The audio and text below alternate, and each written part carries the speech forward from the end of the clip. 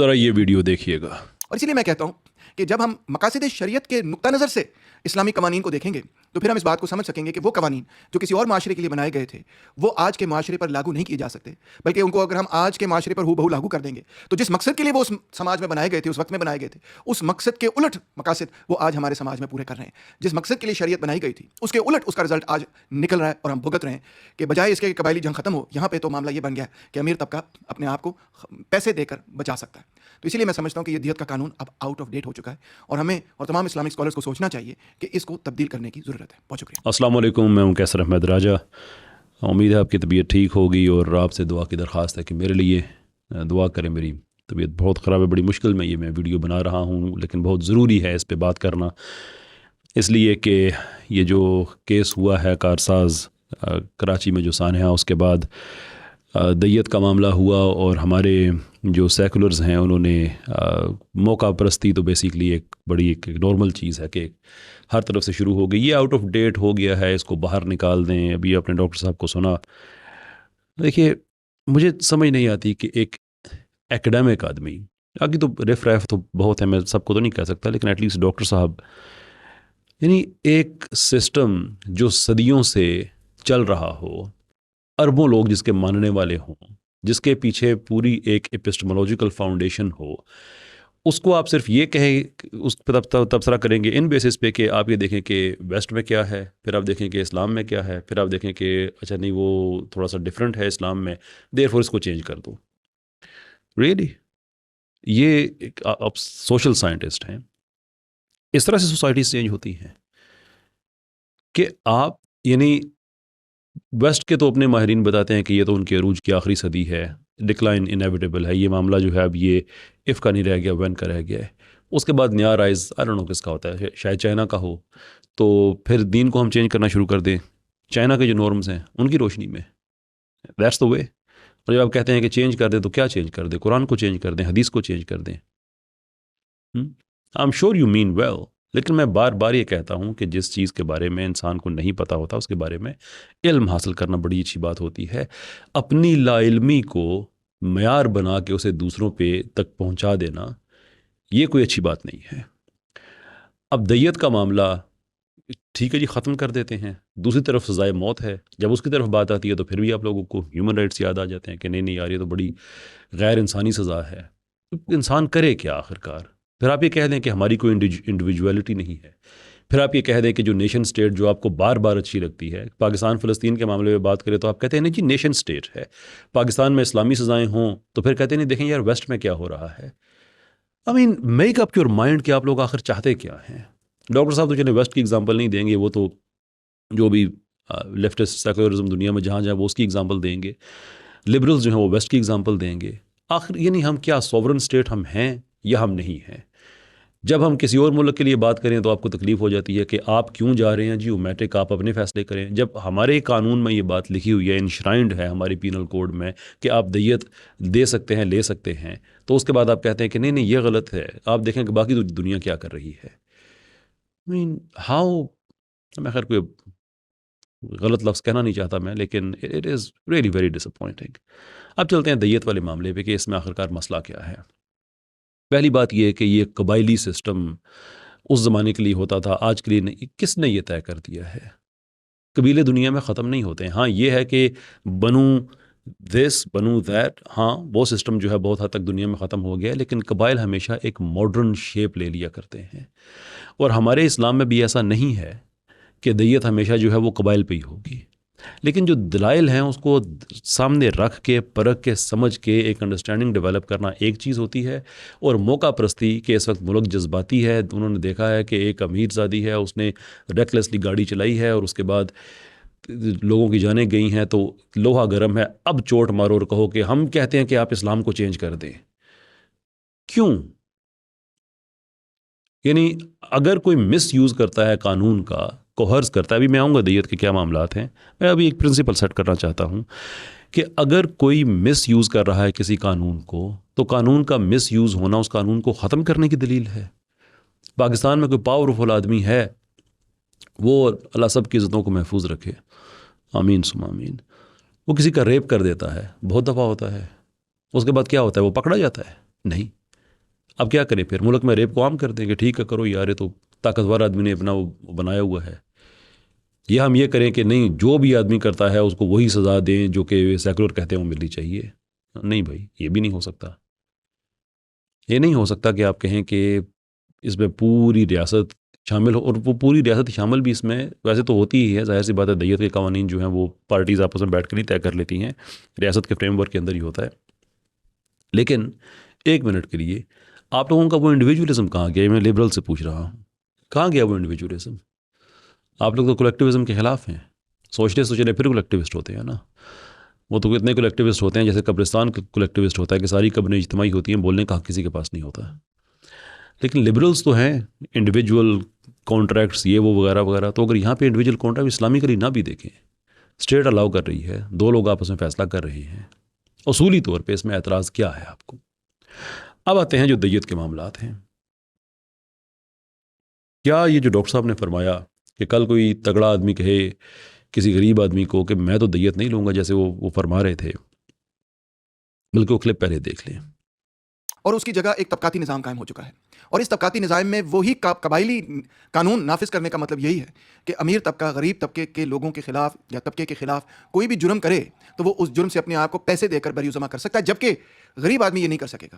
اگر کوئی غریب غلطی سے اس کا ایکسیڈنٹ ہو جائے اور وہ کسی ایسے آدمی کو نقصان پہنچا دے جو کہ امیر ہے، تو کیا وہ دیت دے کے اپنے آپ کو بچا سکتا ہے؟ نہیں، بالکل ایسا نہیں ہوگا، بلکہ وہ جیل ہی جائے گا. لازمی وہ جیل جائے گا، کیونکہ امیر آدمی یہ کہے گا کہ میں کیوں دیت قبول کروں، میرے پاس تو پہلے بہت پیسے ہیں، میں چاہوں گا کہ یہ بندہ جیل جائے یا اس کو سزا ہو، ایون اس کو سزائے موت ہو. یعنی جیسا سنا آپ نے کہ ڈاکٹر صاحب کہہ رہے ہیں کہ کوئی تگڑا آدمی اگر یہ کہہ دے کہ میں نے دیت نہیں لینی ہے تو غریب آدمی تو مارا جائے گا. بھائی آپ کو پتہ ہے کہ دیت کب آپ کو لینی ہوتی ہے اور کب نہیں لینی ہوتی ہے؟ آپ کو قتل کی کتنی قسمیں ہیں، اور یہ بحثیں کرنے کے لیے ضروری ہے کہ آپ کو پتہ ہو کہ قتل عمد، شبہ عمد، قتل خطا، بے سبب، ان سب میں کیا فرق ہوتا ہے، کہ سب کی رولنگز اپنی اپنی ہیں. اب کوئی غریب آدمی ہے مثال کے طور پہ، کل وہ بھی کھڑا ہو سکتا ہے. اگر قتل عمد ہوا ہے، قتل عمد جہاں پہ ہوتا ہے وہاں پہ رائٹ ہوتا ہے کہ آپ قصاص لیں یا دیت لیں. ایک امیر آدمی اٹھ کے کہتا ہے کہ نہیں جناب، میں تو پکی بات ہے جو مرضی آپ کر لیں، میں نے تو قصاص ہی لینا ہے. ایک غریب آدمی کے پاس بھی یہی رائٹ ہے، ایگزیکٹلی یہی رائٹ ہے، وہ بھی کہہ سکتا ہے. لیکن اگر امیر آدمی اس کو زیادہ کوہرس کر رہا ہے، اور ایسے کیسز ہوئے بھی ہیں، تو اس آدمی کے ساتھ اس کا ایک فنڈامنٹل ہیومن رائٹ ہے اس کا ریلیجن پریکٹس کرنا، part of which in this case کہ وہ یہ کہے کہ میں نے قصاص ضرور لینا ہے. میرا فنڈامنٹل ہیومن رائٹ ہے کہ اپنے ریلیجن کا یہ آسپیکٹ میں پریکٹس کروں. اگر اس کو نہیں لینے دیا جا رہا تو اس کو آپ دلیل بنائیں گے کہ نہیں ہو رہا تو چلیں ٹھیک ہے، بات ختم کر دیتے ہیں. نیکسٹ کیا ہے؟ اس کے شادی کرنا فنڈامنٹل ہیومن رائٹ ہے. اگر کوئی اس کو شادی نہیں کرنے دے رہا تو اس کو بھی ہم کہیں گے کہ یار یہاں پہ تو کوئی امیر آدمی غریب کو شادی نہیں کرنے دیتا، دیر فور شادیوں کو بھی ختم کرو. یہ کیا دلیلیں ہیں؟ آئی کانٹ بلیو کہ اس لیول پہ آ کے مجھے جواب بھی دینا پڑتا ہے. اس لیول پہ آ کے which is quite extraordinary really. خیر، اب جو دیت کے معاملات ہیں، دیکھیں دیت میں یہ نہیں ہے جہاں پہ قتل خطا کا معاملہ ہے یا جہاں پہ شبہ ہے، شبہ عمد ہے، وہاں پہ دیت ہی ہوگی. اور وہ اس لیے ہوگی کہ ہر جرم کے دو حصے ہوتے ہیں، جس کو اگر کامن لاء سے سمجھنے کی کوشش کریں تو ایکٹس ریئس ہے اور مینز ریئا ہے. یعنی کہ جو ایکسٹرنل پارٹ آف اوفینس ہے، یعنی کہ قتل کرنا کسی کو مثال کے طور پہ، the act of pulling trigger, act of hitting the car, یہ جو چیزیں ہیں. اور مینز ریئا اس کا انٹرنل پارٹ ہے، ان کے پیچھے نیت کیا تھی، اسٹیٹ آف مائنڈ کیا تھی، اینڈ سو فورتھ. اگر وہ طے ہی نہیں ہو سکی کہ نیت کیا تھی، تو آپ کس بیس پہ آپ یعنی کہ دیت ختم کر کے آپ سب سے قصاص لینا شروع کر دیں گے؟ یہ انصاف ہوگا؟ نہیں، یہ انصاف نہیں ہوگا. انصاف یہ ہوگا کہ پھر آپ یہ دیکھیں کہ اگر وہاں پہ ڈٹرمن نہیں ہوتی ہے نیت، تو پھر آپ ان کو سزا دیں گے قتل خطا کی. اور قتل خطا کی سزا جو ہے وہ ٹھیک ٹھاک ہیفٹی پینلٹی ہے. اور جہاں تک مجھے سمجھ ہے فقہ کہ اسٹیٹ کے پاس یہ اختیار ہوتا ہے کہ اس کو کم زیادہ کر سکتے ہیں. جناب رسالت میں آپ صلی اللہ علیہ وسلم کے زمانے میں بھی یہ ڈبل ہو گئی تھی، ایسے ہی حضرت عمر رضی اللہ تعالیٰ عنہ کے زمانے میں یہ بڑھتی رہی ہے. اور اس پہ نیگوسیشن ہو سکتی ہے. ایک واقعہ بھی ہے انفیکٹ، جناب رسالت میں آپ صلی اللہ علیہ وسلم نے ایک دفعہ اپنے ایک آدمی کو بھیجا زکوٰۃ کلیکٹ کرنے کے لیے. اب وہ اسٹیٹ آفیشل تھا، جہاں پہ گیا وہاں پہ لڑائی ہو گئی، اس نے پتھر دے مارا، اس آدمی کا سر پھٹ گیا. اب اس کے جو لواحقین ہیں وہ آگے قصاص لینے کے لیے، تو آپ نے دیت آفر کی، انہوں نے کہا یہ کم ہے ہم نہیں لیں گے. انہوں نے زیادہ آفر کی، انہوں نے کہا ٹھیک ہے. انہوں نے کہا میں خطبہ دے کے پبلک اناؤنسمنٹ کر دوں، انہوں نے کہا کر دیں. آپ صلی اللہ علیہ وسلم نے خطبہ دینا شروع کیا اور کہا کہ میں نے یہ اماؤنٹ ان کو آفر کیا ہے، انہوں نے انکار کر دیا. اس کے بعد میں نے یہ ہائر اماؤنٹ آفر کیا ہے، انہوں نے اس پہ اقرار کر لیا ہے. کیا ایسا ہی ہے؟ وہ آگے سے صاف مکر گئے، کہتے ہیں نہیں ایسا نہیں ہے. صحابہ کو اس پہ غصہ آ گیا کہ یہ تو ڈیل کر کے تو اس پہ یہ مکر گئے ہیں. تو اللہ کے رسول صلی اللہ علیہ وسلم نے سب کو خاموش کرایا، پھر ان سے بات کی، اس سے زیادہ آفر کیا، وہ مان گئے. انہوں نے کہا اب میں خطبہ دے دوں، انہوں نے کہا دے دیجئے. پھر انہوں نے خطبہ دیا، سب کے سامنے کہا کہ یہ جو ہمارا اماؤنٹ اب طے ہوا ہے تم اس پہ اتفاق کرتے ہو؟ انہوں نے کہا جی اتفاق کرتے ہیں. یعنی کہ اس سے ہمیں یہ اگزامپل ملتی ہے کہ اسٹیٹ نگوسیٹ کر سکتی ہے، اور جو ڈیٹرنس کا ایلیمنٹ ہے وہ یہ ہے کہ جب سزا ملے تو پھر بڑی تگڑی ملے. ڈاکٹر حمید اللہ صاحب نے اسے بہت زیادہ لکھا ہے کہ اللہ کے رسول صلی اللہ علیہ وسلم نے انشورنس پول کریٹ کیے ہوتے تھے وہاں پہ، اس لیے کہ جب کوئی اس طرح کی مصیبت قبیلے پہ آتی تھی. یہاں پہ عاقلہ، یہ بات یاد رکھے، بڑا امپورٹنٹ ٹرم ہے ڈاکٹر صاحب، پرٹیکولرلی آپ کے لیے، کہ یہ ٹرمز آپ کے علم میں ہونی چاہیے. جب آپ اتنے گہرے ٹاپکس پہ آپ ایک براڈ برش آپ ایک پینٹ کر دیتے ہیں تو کم سے کم یہ چیزیں آپ کے علم میں ہونی چاہیے کہ جنہوں نے دیت دینی ہے وہ عاقلہ اس گروپ کو کہتے ہیں. اب اس کی ڈیفینیشن کیا ہے، اس میں فقہ میں ڈفرینس ہے. شافعی کے نزدیک جو امیڈیٹ فیملی ممبرس ہیں، جو قبیلہ ہے وہ ہیں.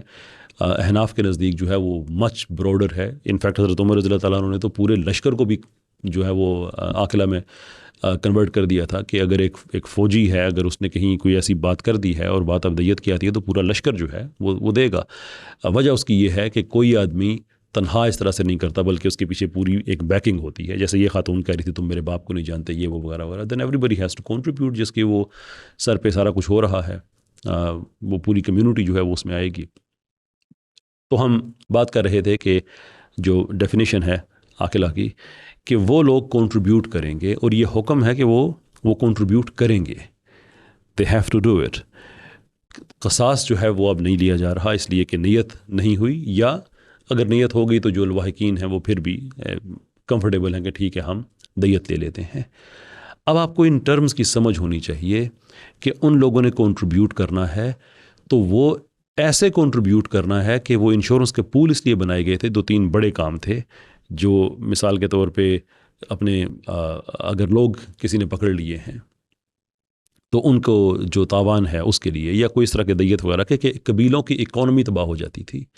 وہ ایسا نہیں ہے، اور وہ مطلب قبیلوں کی اکانومی تباہ ہو جاتی تھی. آپ دیکھیں نا کہ اس میں اس زمانے کے حساب سے کتنے ہزار دینار ہیں، کتنے درہم ہیں، اونٹوں کی آپ تعداد کا اندازہ کر لیں. اور یہ بھی اس کے اندر لیئرز ہیں، سب دیت ایک طرح کی نہیں ہوا کرتی ہے. جو دیت ہوتی ہے قتل خطا کی وہ اور ہے، جو ہوتی ہے شبہ عمد کی وہ اور ہوتی ہے. تو اس میں آپ یہ دیکھیں کہ کلاسیفیکیشن ہے کہ اگر 100 اونٹ ہیں تو 100 اونٹ کتنے پرسنٹ اس میں سے جو ہیں وہ پریگننٹ اونٹنیاں ہوں گی. کہ ایسا نہیں ہے کہ آپ جو بھی آپ کے ختم ہوئے ایکسپائرڈ اونٹ ہے وہ آپ دے کے جان چھڑا لیں. نہیں، وہ فرٹائل، وہ آپ کی رسپانسبلٹی ہے کہ آپ کو لگ پتہ جائے کہ آپ نے انسانی جان لی کیسے ہے. اب وہ پاکستان میں، اور اس کو یعنی کہ پھر کمپنسیٹ کرنے کے لیے وہ اس طرح کے انشورنس پولز بنے ہوئے ہوتے تھے کہ اس کے بعد بھی جو ہیں وہ کمیونٹی سروائیو کر جائیں. اتنا یہ مہنگا کام ہوتا تھا کہ انسانی جان کو اتنا زیادہ پریشس رکھا گیا. اب پاکستان میں کسی کے پاس پیسے زیادہ ہیں، وہ کچھ کروڑ دے کے اپنی جان چھڑا لے، تو اس کا مطلب یہ ہے کہ یہاں پہ ٹھیک طرح سے اسلام کو پریکٹس نہیں کیا جا رہا. اور یہ فقہی معاملہ ہے، میں اس پہ زیادہ بات نہیں کروں گا، لیکن ہمارے پاس یہ ایویڈنس موجود ہے کہ جو دیت ہے وہ اس طرح کی ہو کہ ڈیٹرنس اس سے سامنے آئے. اور جو عاقلہ کی جو بات ہے نا کہ وہ اتنا بڑا قبیلہ کہ وہ سب پہ وہ برڈن پڑے کہ جن کی بیس پہ کسی نے اس طرح کی حرکت کی ہے. یہ ہے وہ نوانسز جو آپ کو سمجھنی چاہیے، بجائے اس کے کہ آپ سمپلی دیکھیں کہ ویسٹ میں کیا ہے یا کمیونزم میں کیا تھا، اسلام میں کیا ہے، وہ اسلام میں ڈفرینٹ ہے، یہ غلطی ہو گئی یار، اس کو آپ ختم کر دیں. سوسائٹیز اس طرح سے نہیں چلا کرتی ہیں، اور جو سوشل سائنٹسٹ ہیں ان کو پرٹیکولرلی اس چیز کا خیال کرنا چاہیے. جو نوانسز ہیں، جو آرگیومنٹس ہیں، ان کو ایک ڈیپر لیول کی انڈرسٹینڈنگ ڈیولپ کریں، اس آرگیومنٹ کو سمجھیں. کسی ایک مفتی نہیں، کئی مفتیان کے پاس جائیں مختلف فقہوں کے، اس کے بعد سالڈ انڈرسٹینڈنگ ڈیولپ کرنے کے بعد دیکھیں کہ اس کا فائدہ کیا ہے. ادروائز تو یہی ہوگا کہ جو بھی تہذیب غالب ہوگی اس کی روشنی میں ہم کہیں گے چلو قرآن تبدیل کر لو فلاں کر لو. اور یہ کیا آرگومنٹ ہے دین؟ I don't understand this. یہ کیا آرگومنٹ ہے کہ ویسٹ میں جو کچھ ہوتا ہے یا جو کمیونزم میں سارا کمیونزم میں ایک تصور جو ہے اینگلز کا یہ ہے کہ فیملیاں ختم ہو جانی چاہیے. تو اب کیا ہم کہیں گے اسلام میں فیملیز ہیں؟ نہیں یار، وہ تو قبائلی نظام کے لیے ہوتی تھی.